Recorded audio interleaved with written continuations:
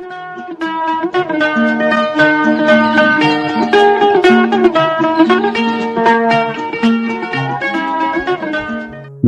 आदाब, hello friends. आपके साथ मैं हूं फराज और चैनल फिल्मी फराज है। यहाँ बातें फिल्मों की होती हैं। आज के इस कार्यक्रम में जिक्र होगा महान कलाकारों का, जो हमेशा होता है, सभी महान कलाकार हैं। तो शंकर जयकिशन साहब की हम जानते हैं जोड़ी रही हसरत जयपुरी साहब शैलेंद्र जी के साथ, और फिर फिल्म बरसात, और उसके बाद शंकर जयकिशन साहब ने कभी पीछे मुड़कर नहीं देखा, ना शैलेंद्र जी ने ना हसरत जी ने। राज कपूर साहब की फिल्में हों या शम्मी कपूर जी की, राजेंद्र कुमार जी की, जॉय मुखर्जी की, किसी की भी हों, देव साहब की, और सबकी आवाज का इस्तेमाल उन्होंने किया। मुकेश जी हों, लता जी हों, और रफी साहब का तो क्या इस्तेमाल किया है बताने की जरूरत नहीं है। राज कपूर साहब की फिल्मों में भले ही कम हो, लेकिन शम्मी कपूर जी की हों, राजेंद्र कुमार जी की हों, जॉय मुखर्जी साहब की हों, विश्वजीत जी की। दोस्तों, हसरत जयपुरी साहब किस तरह के गीतकार रहे, शायर रहे। जयपुर से आए, स्ट्रगल उनका रहा मुंबई में, कब का बंबई, फिर बस कंडक्टर हो गए और फिर गीत लिखे एक से बढ़। ये कहा जाता है कि वो रोमांटिक नगमे बहुत अच्छे लिखते हैं, लिखे हैं उन्होंने, पर मैं ऐसा नहीं मानता। ये मेरा प्रेम पत्र पढ़कर, जो उन्होंने अपनी महबूबा के लिए लिखा था, उन्होंने दर्द भरे नगमे भी अच्छे लिखे हैं और हर तरह के गीत लिखे हैं। तुम मुझे यूं भुला ना पाओगे, कौन भूल सकता है इस गीत को। और शंकर जयकिशन साहब के संगीत के तो कहने ही क्या, उस पर हम बात करते रहते हैं, कार्यक्रम बनाते रहते हैं। दोस्तों, शैलेंद्र जी और हसरत जी गीत लिखते थे शंकर जयकिशन जी के साथ। एक अलग तरह के गीत, ऐसा भी कहा जाता है कि जयकिशन जी और हसरत जी एक साथ बैठते थे, शैलेंद्र जी और शंकर जी एक साथ बैठते थे, फिर काम होता था अलग अलग गीतों पर। बहरहाल, मैं आपको ये बताऊंगा आज की हसरत साहब ने अपनी बेगम के लिए, अपनी वाइफ के लिए कौन सा गीत लिखा, तड़प में लिखा, इस पर बात करेंगे। कई ऐसी फिल्में हैं जिसमें शंकर जयकिशन साहब का संगीत है और उसमें खाली हसरत साहब ने नगमे लिखे हैं, और ये तब की बात है जब शैलेंद्र जी इस दुनिया में थे। बाद में तो फिर उन्होंने अकेले काम किया, हसरत जी ने शंकर जयकिशन जी के साथ। जब शैलेंद्र जी नहीं रहे और लोग आ गए, नीरज जी आ गए।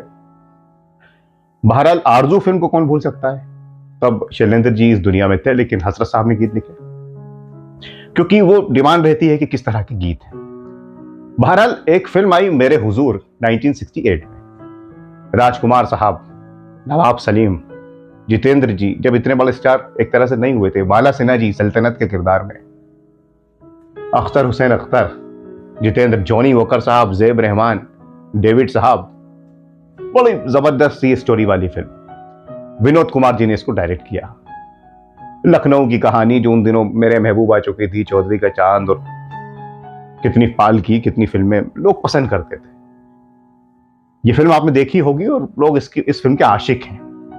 और गीत और संगीत की जब बात आई तो पहले लोग ये भी सोच रहे थे कि नौशाद साहब इसमें संगीत दें, क्योंकि वो इस तरह की फिल्मों में देते थे, रवि साहब ने, लेकिन शंकर जयकिशन साहब ने बहुत खूब संगीत दिया। हर तरह के गीत इसमें, राजकुमार जी पर कम गीत हैं वैसे भी, और इस फिल्म में भी गीत है, वो खुशी मिली है मुझको, रफी साहब की आवाज में।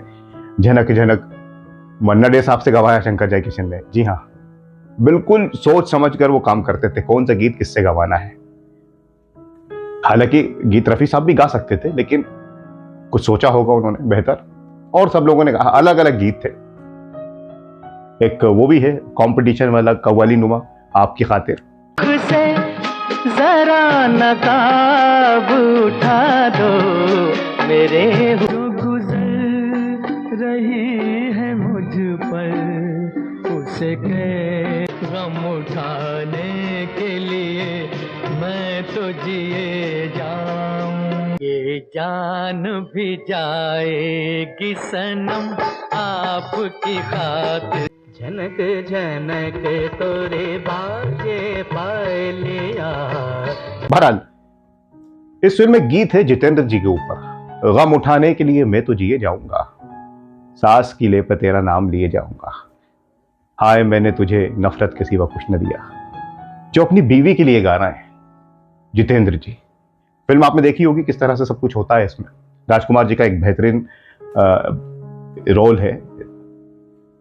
बहरहाल, अब ये गीत रफी साहब ने जो गाया है साहब, और कौन गा सकता है रफी साहब के अलावा, इतना ऊंचा, फिर कहाँ पे पॉज, कहाँ डाउन, कहाँ अप। जितेंद्र जी तो ये कहा करते थे, एक पार्टी में उन्होंने कहीं कहा भी था कि ऊपर वाले ने रफी साहब को सिर्फ इसलिए भेजा है कि वो मेरे लिए प्लेबैक कर सके।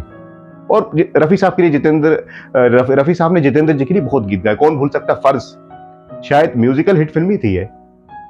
जी हाँ, बार बार दिन ये आए और मस्त बहारों का मैं आशिक को, बहुत सारे फिल्म गीत बाद में भी। बहरहाल अब ये जो गीत है, गम उठाने के लिए मैं तो जिए जाऊंगा, ये गीत हमें ऐसा लगता है कि फिल्म की सिचुएशन के हिसाब से तो है, लेकिन हसरत साहब बिजी थे उन दिनों में, बहुत उरूज पर थे, पार्टीज में जाते थे, प्रोग्राम्स में जाते थे, घर पर कम टाइम दे पाते थे अपनी वाइफ को। उन्हें इस बात का एहसास था कि मैं अपनी बीवी को कम वक्त देता हूं। और जब शंकर जयकिशन जी ने कहा कि ऐसी ऐसी सिचुएशन है फिल्म में, तो हसरत साहब ने बस कलम संभाल लिया और लिख डाला, गम उठाने के लिए मैं तो जिए जाऊंगा। अपनी बेगम को नजर में रखी, इस बात का जिक्र उन्होंने एक इंटरव्यू में किया है।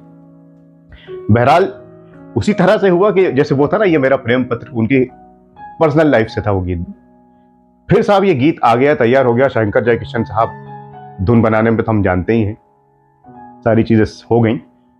अब रफी साहब ने इसके साथ पूरा इंसाफ किया दोस्तों। खड़े हैं जितेंद्र जी रेडियो के ऑफिस में, स्टूडियो में, और माइक लगा और गा रहे हैं। अद्भुत ये गीत है, लफ्ज, इसकी शायरी, गायकी और संगीत।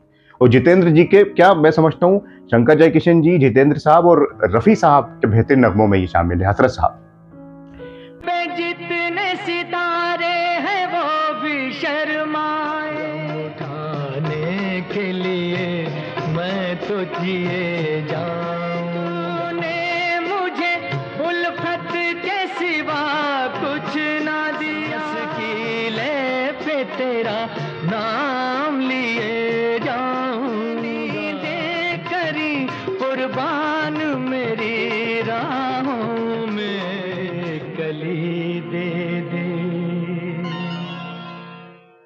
गम। वैसे हसरत साहब के कई गीत शंकर जयकिशन साहब ने जिसमें संगीत दिया है, रफी साहब ने एक से बढ़कर एक गाए। आरजू हो, कौन से फिल्म ससुराल हो, बाहर हो फूल बरसाओ को कौन भूल सकता है। लेकिन मेरे हुजूर फिल्म को याद किया जाता है क्योंकि वो अच्छी फिल्म थी, और उसका ये सारे ही गीत मैं समझता हूँ अच्छे हैं, लेकिन ये गीत सबसे ज्यादा मकबूल हुआ मेरे हिसाब से, गम उठाने के लिए मैं तो जिए जाऊंगा। लेकिन ये गीत हसरत जयपुरी साहब ने अपनी बेगम को नजर में रख के गाया था, जो फिल्म में सिचुएशन भी थी। तो ऐसे पहले काम होता था, सब लोग मिलकर करते थे। हसरत साहब ने अपना दिल निकाल के रख दिया, शंकर जयकिशन ने अपना पूरा बेस्ट दिया, और रफी साहब ने तो कमाल ही कर दिया, और जितेंद्र जी, मतलब क्या कहूं। तो दोस्तों, फिल्म मेरे हुजूर जब भी आप देखें और इस गीत को सुने या देखें, तो इस बात को याद रखें कि ये गीत फिल्म में आया कैसे। तो ऐसे किस्से कहानी हम लेकर आते रहते हैं और पुरानी फिल्मों को याद करते हैं। आज हमने मेरे हुजूर को भी याद किया साहब, बड़ा मजा आता है। जॉनी वॉकर साहब की कॉमेडी हो, एक से बढ़कर एक सीन, राजकुमार साहब के डायलॉग, कि दुनिया मेरे काबिल नहीं और मैं इस दुनिया के काबिल नहीं। क्या लोग थे, क्या डायलॉग लिखा करते थे, क्या फिल्में थी, क्या कहानी हुआ करती थी। गीत और संगीत तो है ही, लेकिन स्टोरीज भी बड़ी जबरदस्त हुआ करती थी, एक एक कैरेक्टर बड़ा पावरफुल हुआ करता था। खैर, कहने को बहुत कुछ है दोस्तों। आज के इस प्रोग्राम को भी यहीं थामता हूँ, फिर हाजिर हो जाऊंगा कुछ और लेकर आपकी खिदमत में। तब तक के लिए आप अपना ख्याल रखें, और आप अपने दोस्त फराज को इजाजत दीजिए। नमस्कार, खुदा हाफिज।